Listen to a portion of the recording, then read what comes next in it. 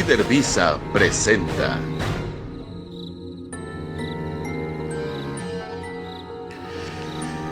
Hola, buenas noches, ¿cómo les va?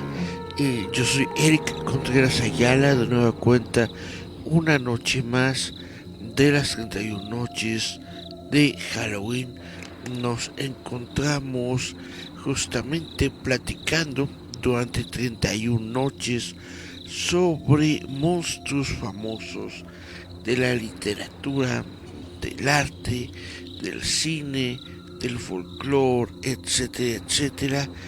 Y pues el día de hoy toca tal vez a mi criatura favorita, que es nada más ni nada menos que el diablo. Uajajaja. Bueno, diablos, demonios, etcétera. Tenemos esta bonita ilustración de Yasmín Flores López para darle contexto a la noche de hoy. Vamos a comenzar. Si les parece bien, vamos a hablar del diablo. Esta es la personificación del mal, tal como se concibe en diversas culturas y tradiciones religiosas. Se ve como la objetivación de una fuerza hostil y destructiva.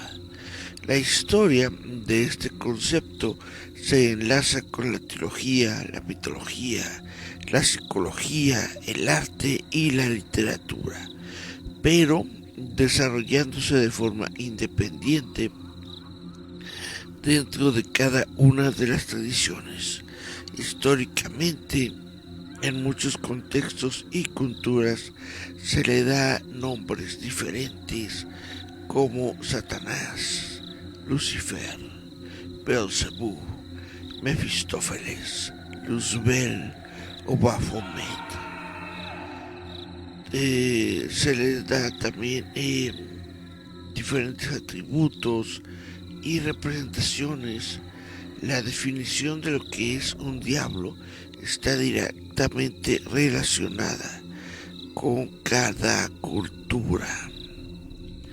La palabra procede del latín diabolos.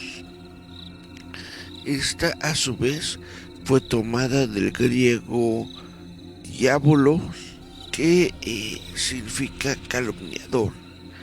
El griego usa las palabras diabalen, calumniar, que se origina de a través de, y baleín, arrojar, probablemente similar al sánscrito curate, que significa el levantar. Una versión plantea que la palabra diablo deriva del idioma proto-indoeuropeo deivos, adjetivo que significa celestial y resplandeciente, una derivación pre-indoeuropea de la raíz diu, resplandecer, relativa sobre todo al cielo diurno. Otra posibilidad más remota es la raíz drift, jugar. La primera vez que aparece la palabra diablo en el español es en las glosas emilarenses del siglo X, en una glosa marginal que dice Elo tercero diablo. En los siglos siguientes de la Edad Media, diablo,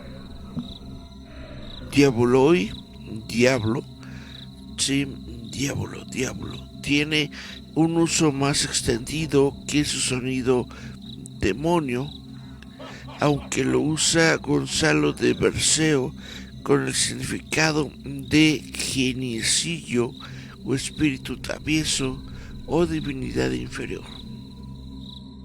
Precisamente es Berceo quien relata a principios del siglo XIII la leyenda griega de Teófilo, en forma de clérigo judío que para alcanzar un mayor grado eclesiástico hace un pacto con Satanás, que recibe los calificativos de falso ángel, sutil adversario, mortal enemigo, cativa bestia y maestro sabidor. Aunque interviene la Virgen María, que se apodera del papel de Teófilo, del papel que Teófilo había firmado, referencias al diablo aparecen en el libro de Apolonio, en el libro del buen amor del arcipreste de Gita, quien también recoge la leyenda de Teófilo, y en el conde Lucanor del infante don Juan Manuel.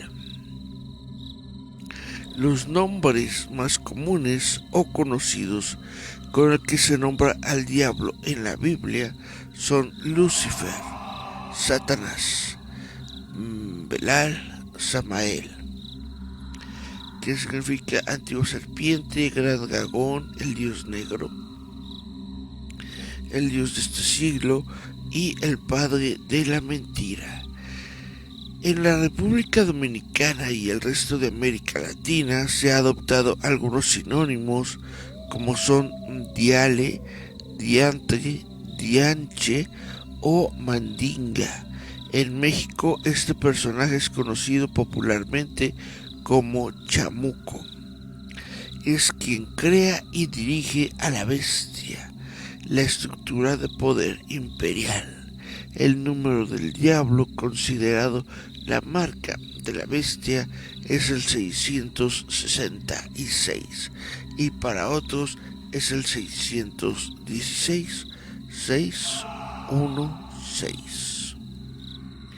Equivalencia en otras religiones. En otras culturas y creencias religiosas también tienen ciertos conceptos de un ser maligno o de varios seres malignos.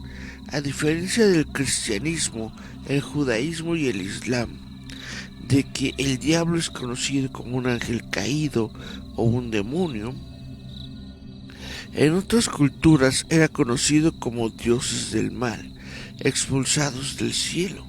Según las leyendas de estas culturas, estos dioses del mal se rebelaron contra un dios o diosa de la creación o de varios otros dioses creadores.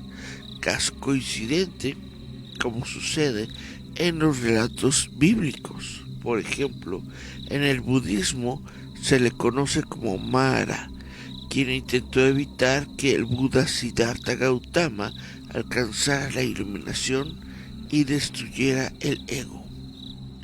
En el zoroastrismo se le conoce como Angra Mainyu, siendo la representación del mal y no necesariamente un dios o un ente propiamente como tal. En el hinduismo en Occidente se le suele asociar a la figura del Lama o Yama, el dios de la muerte, el señor de los espíritus de los muertos y guardián del inframundo. Sin embargo, Lama no es una entidad demoníaca, sino más bien el equivalente de demonios hindúes como los asuras. En las culturas precolombinas, por ejemplo, en la cultura incaica, el Supray es una figura ambivalente definida por el sincretismo que ha sido asimilada al diablo de la cultura cristiana, pero que también es adorado como señor de las profundidades o Salamanca. A diferencia de lo que sucede con el diablo cristiano, el indígena no repudiaba al Supay, sino que temiéndole lo invocaba y rendía culto para evitar que le hiciera daño. Sin embargo, existe una leyenda con respecto al lago Titicaca, como ser la caída del ser humano al pecado y que tiene cierta similitud con el relato bíblico del Génesis como ser la tentación de Adán y Eva. Cuenta la leyenda que en el lago Titicaca era un valle fértil y poblado de personas que vivían felices en paz y armonía. Nada les faltaba, la tierra era rica y les procuraba todo lo que necesitaban. Sobre esta tierra no se conocía ni la muerte, ni el odio, ni la ambición. Los Apus, quienes eran los dioses de las montañas, protegían a los seres humanos. No les prohibieron más que una sola condición: que nadie debía subir a la cima de las montañas donde ardía el fuego sagrado. Durante largo tiempo, estas personas que habitaban el valle no pensaron en infringir esta orden de los dioses. Pero el Supai, el espíritu maligno, condenado a vivir en la oscuridad, no soportaba ver estas personas vivir tan tranquilamente en el valle. Él se ingenió para dividir a los hombres, sembrando la discordia. Les pidió probar su coraje para desafiar al dios creador Viracocha, para encontrar el fuego sagrado a la cima de las montañas. Entonces, un buen día al alba, estas personas desobedecieron, comenzaron a escalar la cima, aunque a medio camino fueron sorprendidos por los Apus. Estos comprendieron que los hombres habían desobedecido y decidieron exterminarlos.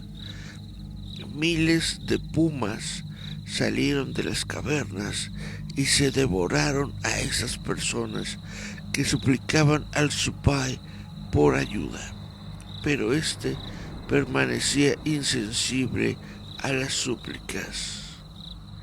Viendo esto, Intil, el dios del sol, o Viracocha, se puso a llorar.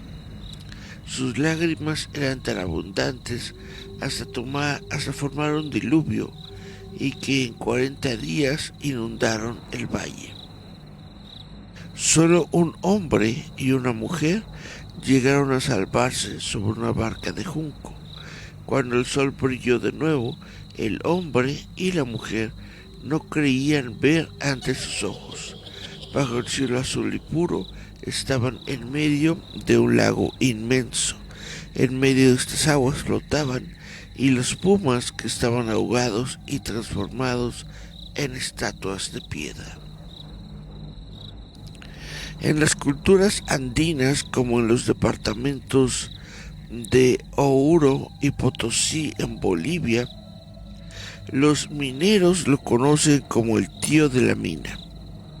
Está representado con la imagen del diablo, influencia del coloniaje y de la imposición del cristianismo.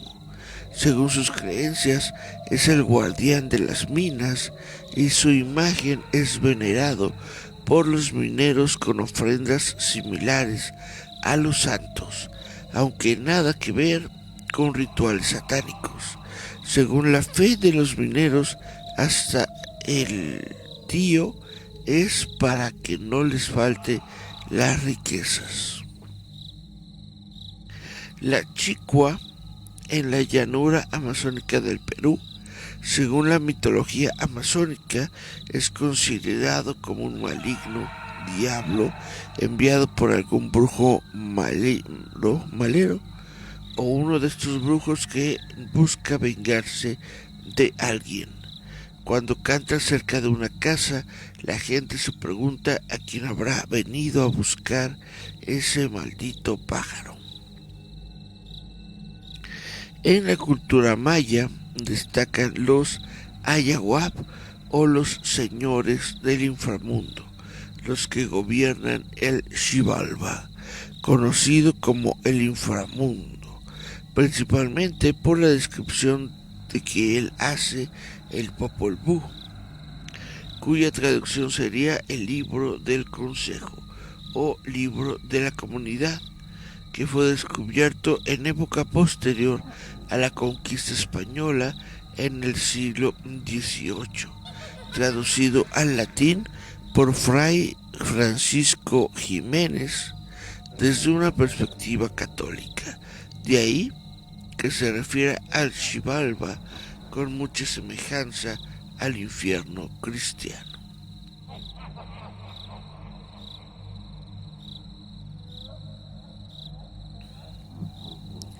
Sin embargo, el concepto del mal está explícitamente representado en las características de otros seres de la mitología maya, como Wukub, Kakix y su familia, o mediante defectos en las personalidades de los primeros seres humanos creados. Xibalba no es entonces el infierno, ya que representa a la muerte y la enfermedad, vistas como parte de la existencia y no como un castigo. Es más preciso referirse a Xibalba como el inframundo. En la cultura azteca destaca Quisín. Según esta cosmología, el infierno regido por Quisín es en realidad una especie de purgatorio para la mayoría de las personas que mueren. Sin embargo, las mujeres que mueren en el parto o los soldados muertos en batalla no deben pasar por ahí, y en cambio los suicidas quedan relegados o permanecerán ahí por toda la eternidad. Los antiguos mayas lo imaginaban como un esqueleto con ojos colgantes. Su oponente era el dios del maíz y la vegetación, llamado Amun o Hunanpu, que a menudo se muestra con una mazorca de maíz creciendo en su cabeza. Para los lacandones, Quisín era un personaje iracundo que patea la base de la gran selva cuando está de mal humor, provocando sismos. Para la cultura popular actual, Quisín ha permanecido como un personaje que habita el subsuelo y a quien se le atribuyen los terremotos.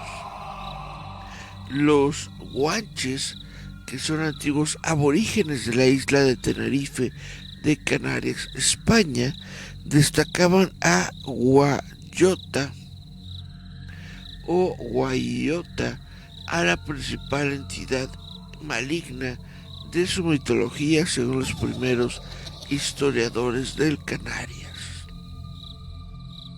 Una leyenda moderna popularizada recientemente, pero sin base en las fuentes históricas tradicionales, habla de un enfrentamiento entre Guayota y el dios supremo Achamán. Guayota había encerrado al dios del sol Magek en el interior del Teide, sumiendo a todo el mundo en la oscuridad. Los guanches pidieron clemencia a Achamán, quien tras la encarnizada lucha consiguió derrotar a Guayota, liberar a Magek y taponar el cráter con Guayota en su interior. La imagen del diablo ha sido representada de varias formas. Hasta el momento, el símbolo más popular es una bestia con cola, cuernos y patas de cabra con un trinche en su mano. Otros lo han reproducido con la figura de una cabra como el macho cabrío, aunque tergiversada. El macho cabrío representaba al dios griego Pan, de aspecto divino. Tras la Inquisición, la cultura cristiana lo asoció a Satanás. Se lo ha asociado con distintos animales, como el carnero, el cerdo, el cuervo, el sapo, el lobo, la rata el dragón, la serpiente y hasta con un tiburón blanco. Todas imágenes deformadas por algunas supersticiones en base a comparaciones. El carnero tiene las dos características de la cultura cristiana. Por los cuernos encarna al diablo, pero también es el Cordero de Dios que simboliza la paz. Dichosos todos aquellos que lo comen en barbacoa cada domingo. Y bueno, el cerdito es considerado un mamífero inmundo y representa a uno de los 7 pecados capitales, la gula. Pobrecito cerdito, tan malentendido. Bueno, el cuervo es un ave de mal agüero, predice y da mala suerte, debido a su plumaje negro, su grito ronco y su necrofagia. ¡Cuá, cuá! Según algunas supersticiones, cuando alguna persona moría, éste se llevaba su alma hacia un mundo oscuro. En la Biblia hay varios pasajes en los cuales cumple un rol benefactor. En el primero es Noé, quien suelta un cuervo para comprobar el retroceso de las aguas después del diluvio. El segundo son enviados por Dios para sustentar al profeta Elías de manera sobrenatural. Está escrito en el primer libro de los Reyes, en el cual se narra que los cuervos le llevaban alimento, pan y carne 2 veces al día por orden de Dios, cuando él tuvo que esconderse junto al arroyo Keritsi. Para las culturas mayas y los esquimales encarnaba un animal sagrado. En la cultura cristiana el sapo representaba el pecado y la muerte, y como demonio podía encarnarse. Sin embargo, en la cultura aymara de los Andes, hasta la fecha el sapo es considerado sagrado y de buena fortuna. El lobo en la época medieval simbolizaba la encarnación del mal y de las tinieblas, aunque en la tradición greco-romana era una de las formas de representar al dios Zeus, considerándolo como un animal sagrado y divino para otros dioses como Marte y Apolo. Un ejemplo, la loba, que amamantó y protegió a Rómulo y Remo.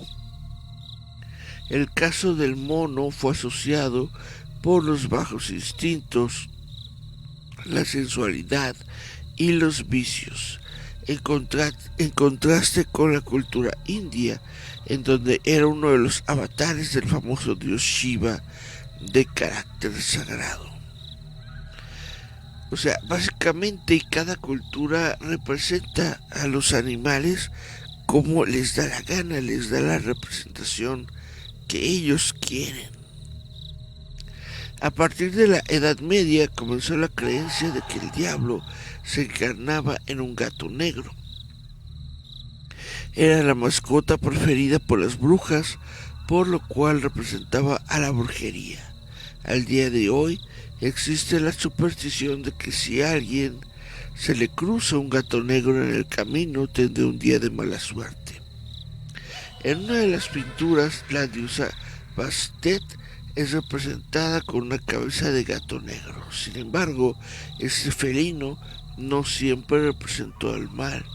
En el antiguo Egipto, sin importar el color que tuvieran sus ojos, eran considerados sagrados y divinos, además de protectores contra los malos espíritus.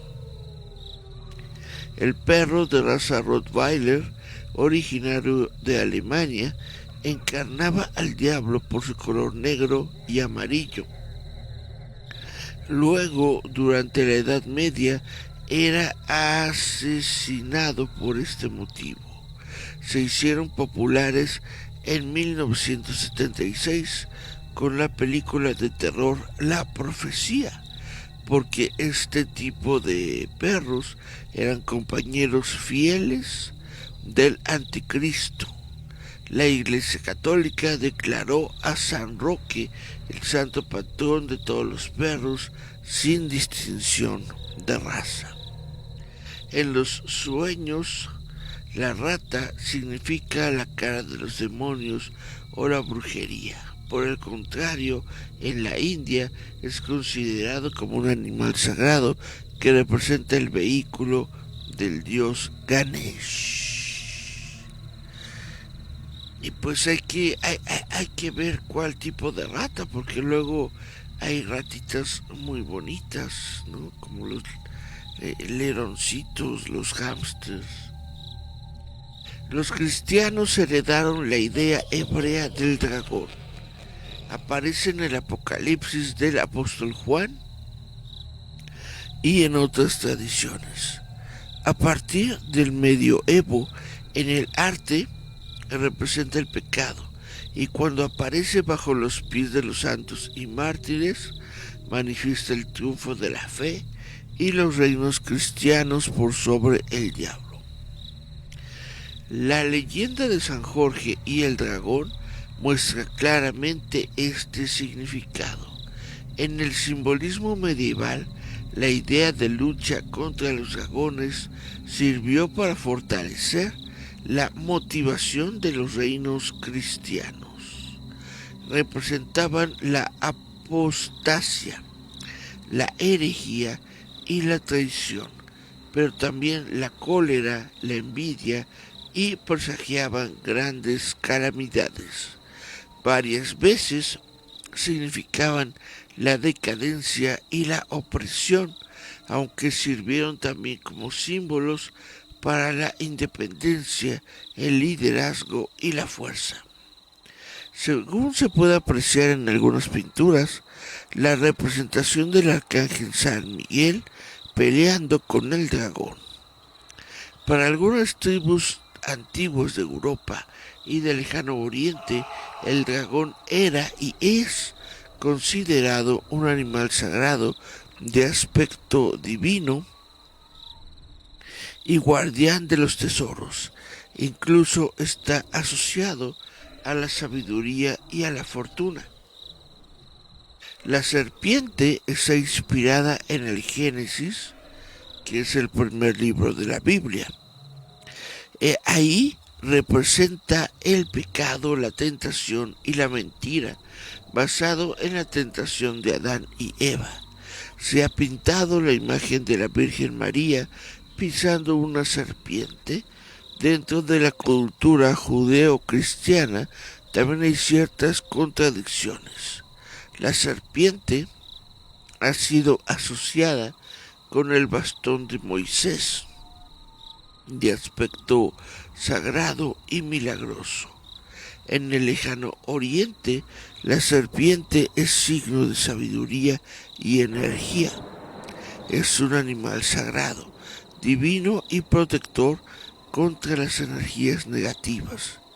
Por ejemplo, el dios Shiva en la cultura india está también representado en forma de serpiente, sobre todo una cobra. El tiburón blanco manifiesta para algunos el mal y el terror en las aguas, incluso dándole un significado como el demonio del mar. Por ejemplo, en la película Tiburón se hizo popular como género de terror y con la intención de provocar miedo y pánico a los espectadores, considerándolo un pez diabólico. Por otro lado, los nativos o pueblos indígenas de la Polinesia hasta la fecha consideran a los tiburones como animales sagrados y la encarnación de dioses, de las almas de seres queridos. Según sus creencias, cuando estos aparecen cerca de la orilla de las playas, su visita es considerada una protección contra las energías negativas. En otros casos, la imagen del diablo dentro de la cultura cristiana ha sido representada simplemente con la figura de un ángel caído del cielo. Un ejemplo de ello es en el monumento de la fuente del ángel caído en Madrid.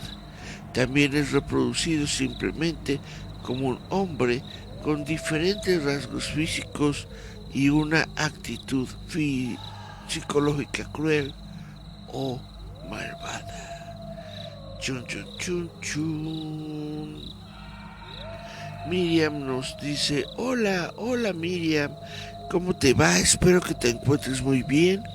¿Cómo te la has pasado esta nochecita de Halloween? ¿Estás consumiendo tus dulcecitos de Halloween?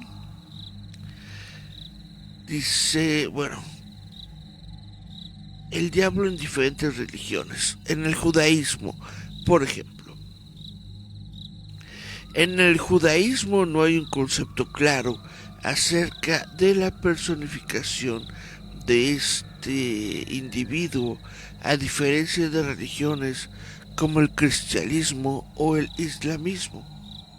En hebreo, la palabra bíblica Ha-Satán significa el adversario o el obstáculo o también el acusador, reconociendo que el Dios Yahvé es visto como juez último.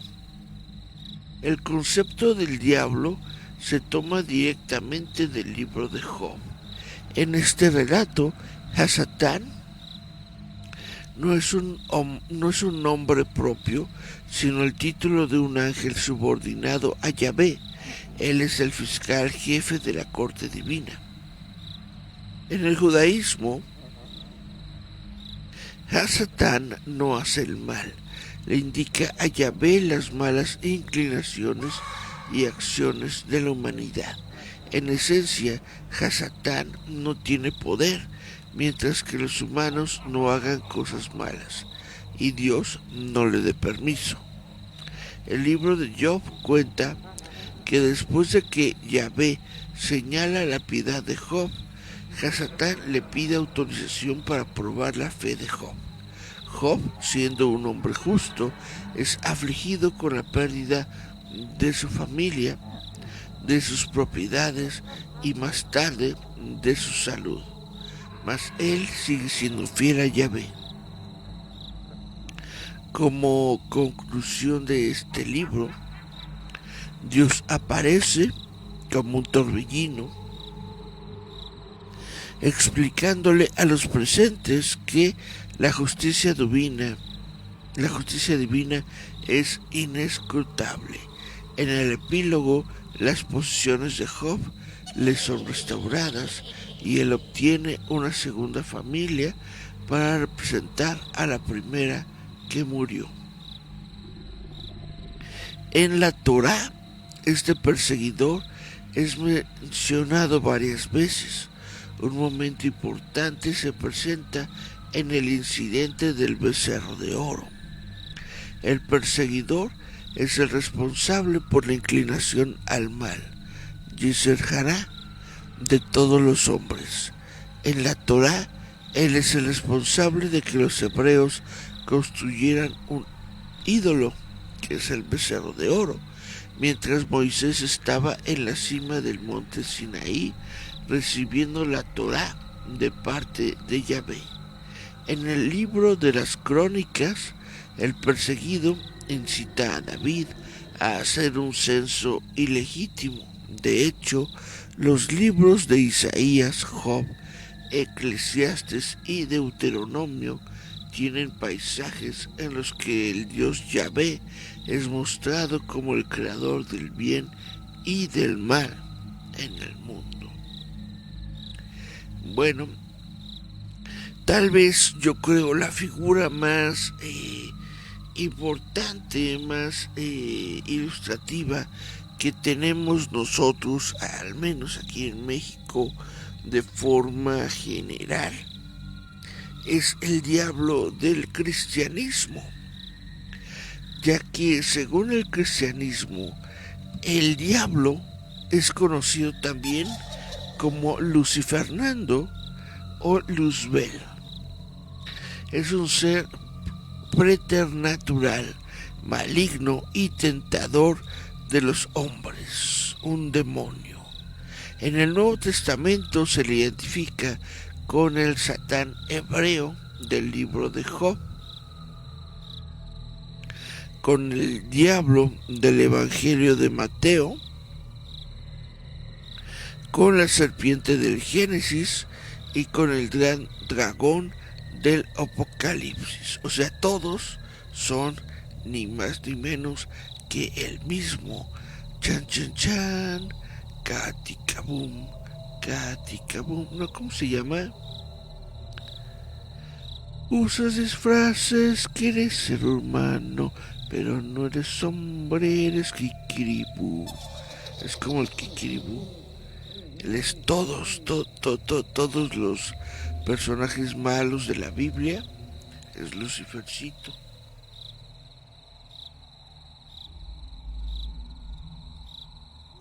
Debido a la amalgama de tradiciones que confluyen en su construcción,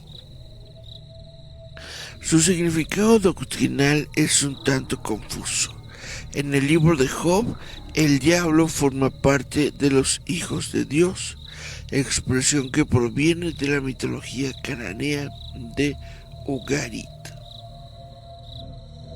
Dicha denominación fue usada en el Antiguo Testamento para designar a los ángeles o emisarios divinos, entidades que tienen gran parte de su origen en el contacto con otras religiones como el zoroastrismo, y con paralelos paganos en los cultos egipcios, asiro-babilónicos y greco-romanos. Solo en los escritos judíos tardíos de los 2 últimos siglos antes de la era común se confronta a Dios con Satán, pues se considera incapaz a la divinidad de producir los males humanos.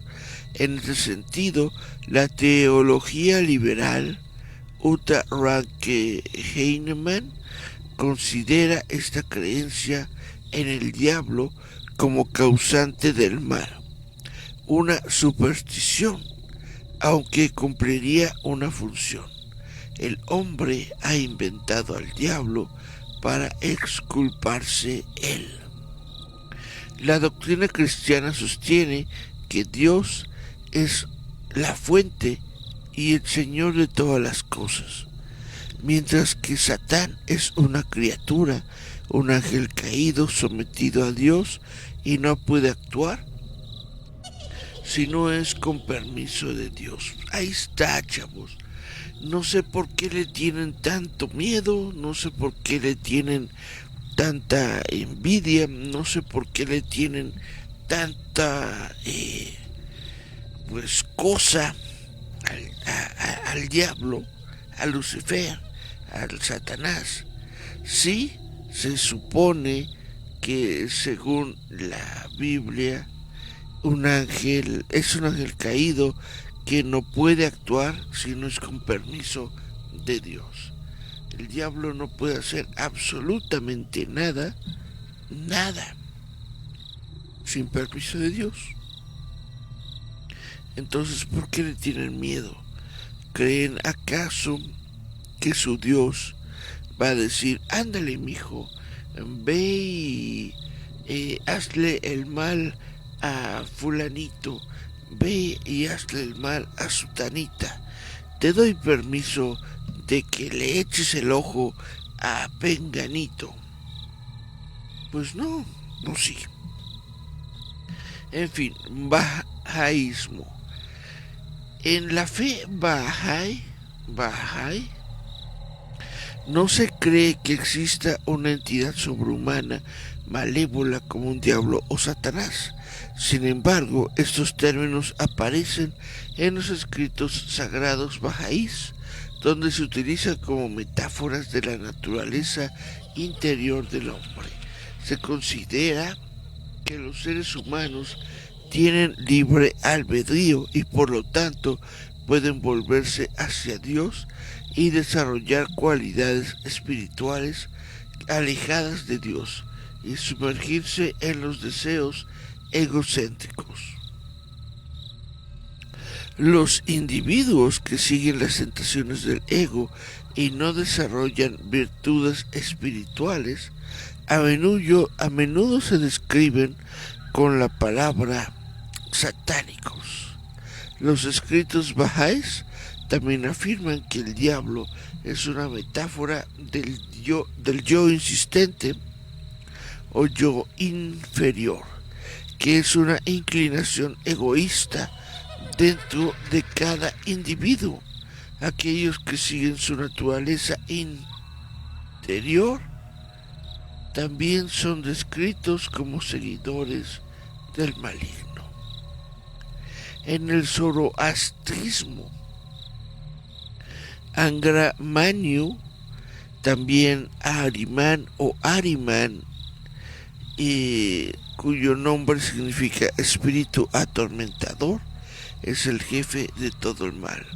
Ahriman, pues él ha introducido la limitación, la mancha, la enfermedad en la esplendorosa creación de Ahura Mazda. Chun, chun, chun. Y bueno, en la Biblia, para referirse a este ser sobrenatural, la Biblia hebrea utiliza el término Satán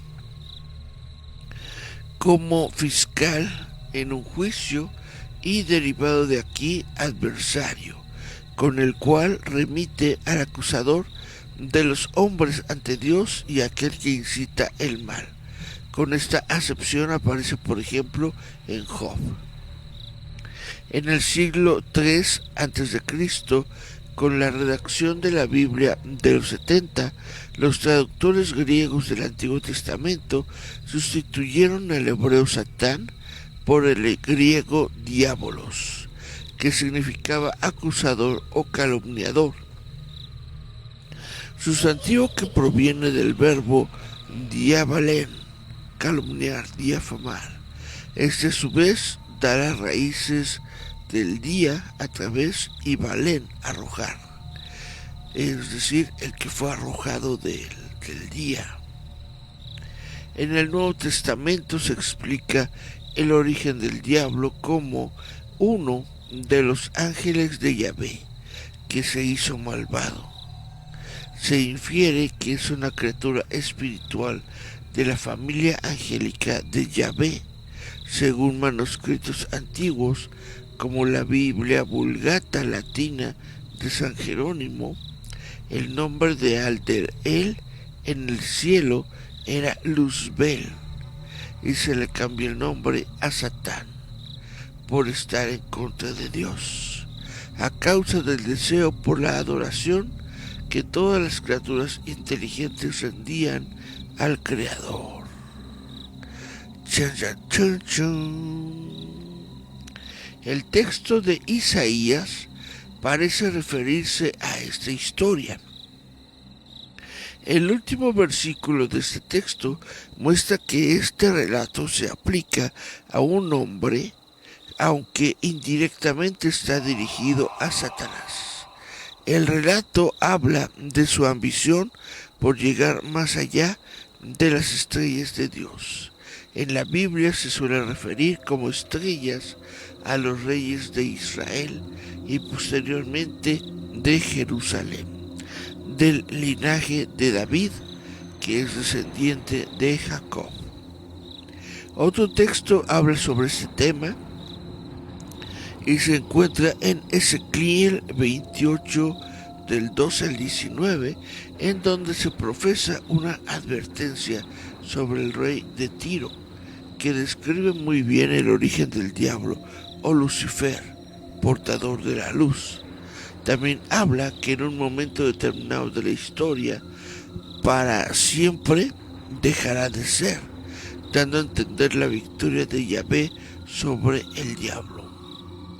Un tercer mensaje con características similares encontramos en Ezequiel 31. Ahí se dirige un mensaje para el rey de Egipto, nuevamente un mensaje doble para el monarca humano y al mismo tiempo para Satanás. El apóstol Pedro indicó que el diablo, que es como un león rugiente que trata de devorar a quienes están en ignorancia, el libro del Apocalipsis también describe al diablo como un ser colérico que conoce que le queda un corto espacio de tiempo y que fue arrojado debajo a la tierra, según el Apocalipsis 12:12. Y bueno, ahora vamos a hablar de Dios como el diablo. Algunos autores religiosos a lo largo de la historia han propuesto la noción de que el Dios narrado en la Biblia es el mismísimo diablo. Su argumento se basa en que el Dios bíblico es una fuerza divina que causa sufrimiento, muerte y destrucción, y que tiene o dirige a la humanidad a cometer violencia y genocidio. Tienta o dirige a la humanidad a cometer violencia y genocidio. Estos escritos se refieren a este Dios de diversas maneras, como un demilorgos, un ángel malvado, el Dios diablo, el príncipe de la oscuridad, la fuente de toda maldad, el diablo, Martin Luther, un demonio, un tirano cruel, iracundo y guerrero, Satanás, la primera bestia del libro del Apocalipsis. Muchos de los autores critican solo a Dios descrito en el Tanaj, en contraste con el verdadero Dios que aseguran ver en el Nuevo Testamento. Sin embargo, otros autores aplican su condena al Dios abrahámico, que junta al judaísmo, el cristianismo y el islam. Los autores afirman sus críticas al hacer referencia a ciertos pasajes bíblicos describiendo acciones divinas que dicen que son malvadas o diabólicas. Muchos de los autores han sido severamente castigados por sus escritos y sus seguidores han sido asesinados.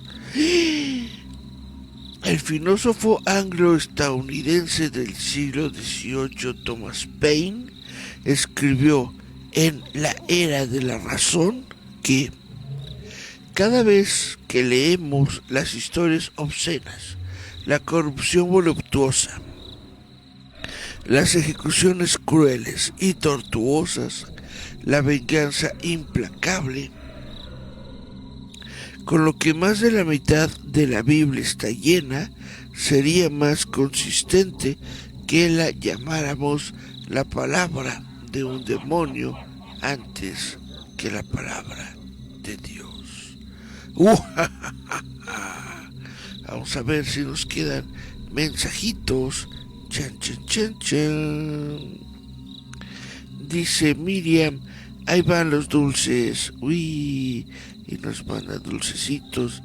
Miguel Ángel Velázquez Morales dice saludos. Hola, Miguel Ángel, ¿cómo te va? Espero que bien, espero que estés bien, espero que toda tu familia se encuentre también muy bien.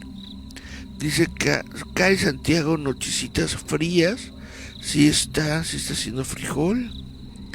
Dice Cari Santiago, yay, dulces para Goyito, y nos manda dulcecitos. Miguel Ángel Velázquez Morales dice, Karen es una diablita. Cari es una diablita. Y Cari nomás se ríe.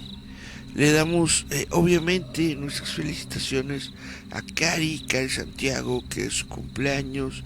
Muchas felicidades, Cari. Aquí te brindamos con tantito vodquita de la marca Ciel. Feliz cumpleaños a Cari y a todos los demás que están viendo el programa. Muchas gracias por seguirme. Y le damos gracias también a Yasmin Flores López, por su dibujo como la madre o la representante de los demonios. En fin, está muy bonito su dibujo, está muy padre. Yo siento que hasta se ve como una portada, como la portada de un libro podría quedar, ¿no? El libro de los demonios de Jazz, chan. Podría quedar bastante interesante. Dice Cari, muchas gracias, Eric. Y bueno, pues esto es todo lo que les tengo para el día de hoy, la noche de hoy, en nuestras 31 noches de Halloween. A mí me gusta mucho el tema del diablo, me gusta mucho el tema de Lucifer, me gusta mucho el tema de la caída, del ángel caído.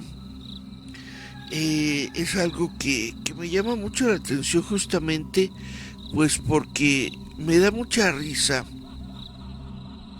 la manera judeocristiana en que justamente se contradicen, ¿no?, unos a otros, de que si es Satanás, de que si es Lucifer, de que si es o no es, de que si Dios es el malo, de que si el malo es Satán.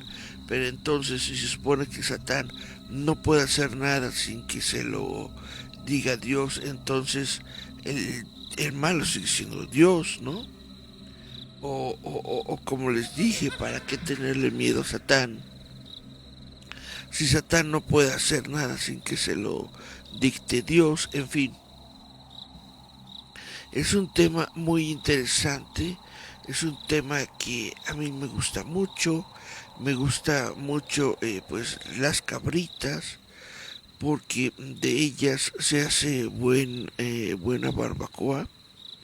Me gustan mucho las cabritas, me gusta mucho cómo tienen sus ojitos de rendijita. Y pues como a mucha gente le dan miedo las cabras. Luego cuando ven a una cabra caminando en dos patas, ¿no?, andan ahí diciendo, oh my god, es un diablo, es un demonio caminando en dos patas entre nosotros. Y se ponen a lanzar sus groserías, sus cosas, sus rezos, etcétera. Entonces, me gusta mucho el tema de los demonios, me gusta mucho el tema de Satán, del diablo, de Lucifer. No soy satanista, no soy satánico, no soy luciferista, no soy nada de eso, no le entro a los rituales satánicos, no estoy dentro de ninguna de estas iglesias satánicas. Simple y sencillamente me gusta el folclore, me gusta la forma, me gusta el monstruo, me gusta todo lo que tiene que ver con él, sin tenerlo en un culto, porque ya darle un culto ya es entrar en otras ondas en las que tampoco creo. Entonces pues yo no le rindo culto a nada ni a nadie, porque justamente no creo en el cultismo. Es todo lo que tengo que decir en esta noche, en esta de nuestras 31 noches de Halloween, de el programa Visitantes Nocturnos, que es parte de Roboto.mx. Pues bueno, no me queda nada más que decir, más que síganos en nuestras 31 noches de Halloween. síganos en el sitio roboto.mx para mañana. Para mañana vamos a tener al perro negro.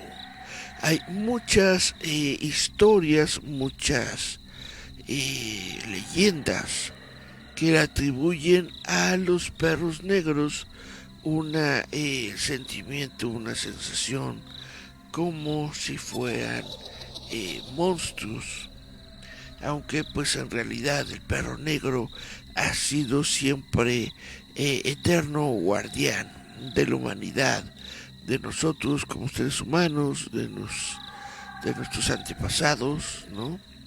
Aún así, pues vamos a hablar mañana del perro negro como uno de los monstruos modernos, monstruos de Halloween. Mañana, perrito negro. ¡Oh, oh, oh, oh, oh! Por lo pronto, muchas gracias de nuevo a todos por haber visto el programa. Muchas gracias a Kai Santiago por andar por aquí. Muchas gracias a Miguel Belmo. Muchas gracias a Miriam Sorel. Ah, no, ya no es Sorel, ya es Miriam, la versión de Taylor. Chan, chan, chan. Y bueno, ya nos vamos. Les recuerdo que estas noches son las 31 noches de Halloween, porque esto es Halloween.